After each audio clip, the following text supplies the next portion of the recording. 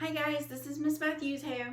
So we are doing lesson 32 session 1 and our learning target is I can graph points on a coordinate plane. So last lesson we learned all about the vocabulary that we needed to understand this lesson. So now we're actually going to work on graphing those points. All right. Okay, how far apart are point A and point B on each number line, and explain how you know.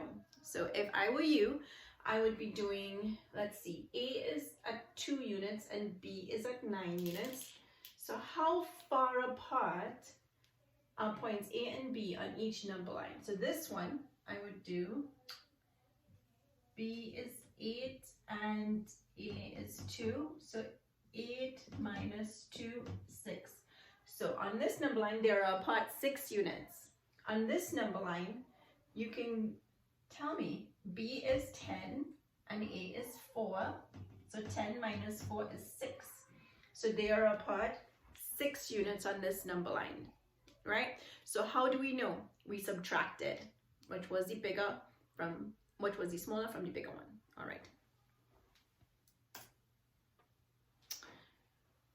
On the graph below, points S, M, and B are 3 vertices of a square. Now, do we remember what a vertex is? Okay, it's the corner. All right. Plot and label the 4th vertex, G, of the square. What are your X and Y coordinates of G, and how do you know? So what is this problem about? It's about plotting a square on a graph, on a coordinate plane. What are we trying to find out? We are trying to find out what is the ordered pair for the 4th corner or vertex, which is called G. All right. And what information is important? So the information that is important is for us to look at the coordinate plane, and we are going to look at all of these points and see if we can predict what is the 4th vertex. All right, so what we're doing, computational thinking again. It's not great. All right, let us look at what could be the 4th vertex. So we know this goes here and this goes here. So I think as a square, the 4th vertex should be on the same plane as 5,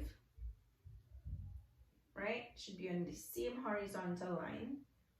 So I would put it here, wouldn't you? So it should be on that same line as this one and then as B. So what coordinate is that? Let's see. We call it G, I guess. And it's 8, 5. Because 8 is the X coordinate and 5 is the Y coordinate. See? And that way we work that out. Okay.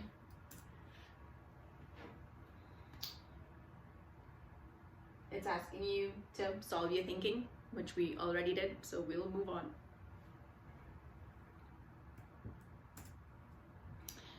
Back in school, we always like to do the turn and talk, and we could say we agree with or we disagree. Remember those days? Fun times. All right, let's look back. Explain how you determine the ordered pair for the 4th G of the square. So let's see what my book says that we did. So we know because we looked at the actual graph, right? But it says all sides of a square have the same length. Now we know that from doing 2-dimensional shapes in our last couple lessons. So I counted the length of one side as 5 units. Remember we talked about 5. And then I counted 5 units below point B to place at point G, right? So okay, let's look ahead.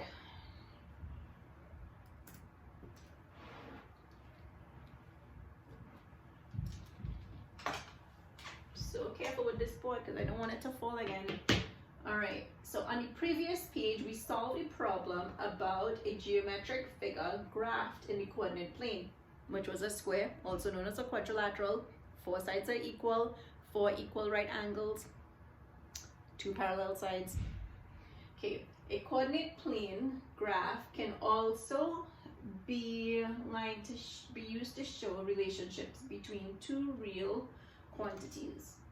All right, Mia works as a dog groomer at a pet store.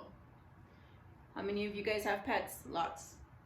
The coordinate plane shows the relationship between the number of dogs Mia grooms and the number of hours she works. So look now at the coordinate plane. Now they are labels. We haven't done that before, so this is new. They are labeling what these units mean. All before we were just saying they were just units, just numbers, but now they're assigned meaning. So on the x-axis, they've assigned that as hours worked. So this is 1 hour worked, 2 hours worked, 3 hours worked, and so on. And on the y-axis, dogs groomed. So 1 dog, 2 dogs, 3 dogs, 4 dogs. So if we were to look at this point, 2 dogs took her 1 hour of work.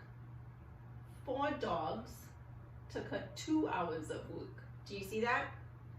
All right, so now that we understand what that graph is telling us, okay, use the titles on the axis to explain how to interpret a point on the graph, which is what I just did, but I'll write it. So it means that Mia took 1 hour to groom 2 dogs. All right, how many dogs did Mia groom in 4 hours? Let's look at 4 hours. Let's go up and then go across. Oh, she groomed 8 dogs. What do the coordinates of the point located at 3, 6, let's see what that is, 3, 6, represent in this situation? So 3, 6 means that Mia, she took 3 hours to groom 6 dogs. I would say Mia is doing a pretty good job of grooming dogs, because she's taken a while. I mean, I've never groomed a dog. I don't know how long it takes, but it must be big dogs. Okay, let's move on. What are some differences between the graphs in the try it and in problem 2? Okay, let's see. What do you think?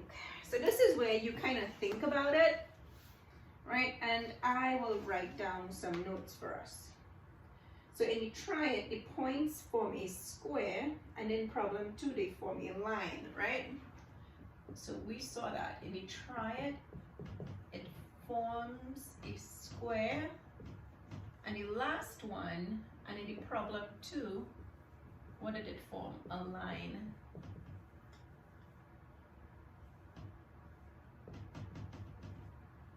Right, we saw that. So 1, they form a line and form a square. The graph in problem 2 has axis titles to show the coordinates. It represents real world problems, but the graph in a try it do not. So we would have seen that. Remember, I pointed that out because that was a new thing. In the problem, like, how do we use this in real life, right? You're not just learning it for no reason. So in the problem, the axes were labeled, right? One axis was labeled what? Number of hours. And then the other axis was labeled number of dogs groomed. Number of dogs groomed.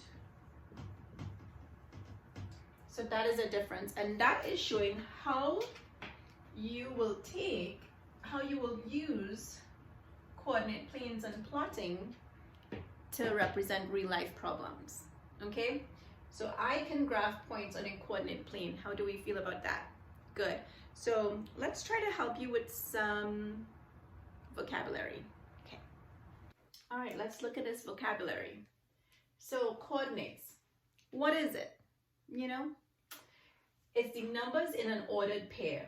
X and Y, that describe the location of a point in the coordinate plane. That's what coordinates are. And what do I know about it? The X coordinate, which is the first number, tells how far the point is from 0 along the x-axis, which is the horizontal axis. The Y coordinate, which is your second number, tells how far the point is from along the y-axis. All right, these are some examples. So I have my x-axis and my y-axis. I go from 0 to 3, coordinate 3, 2, 3, 2, and that's what you call coordinates, where I pointed to. Another example, if I were to just write it in words, the coordinate of a point that is 5 units to the right of the origin,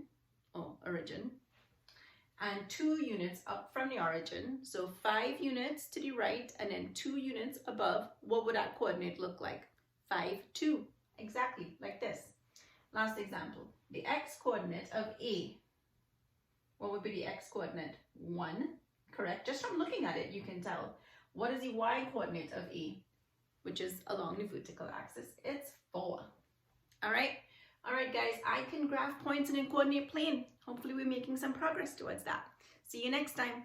Bye.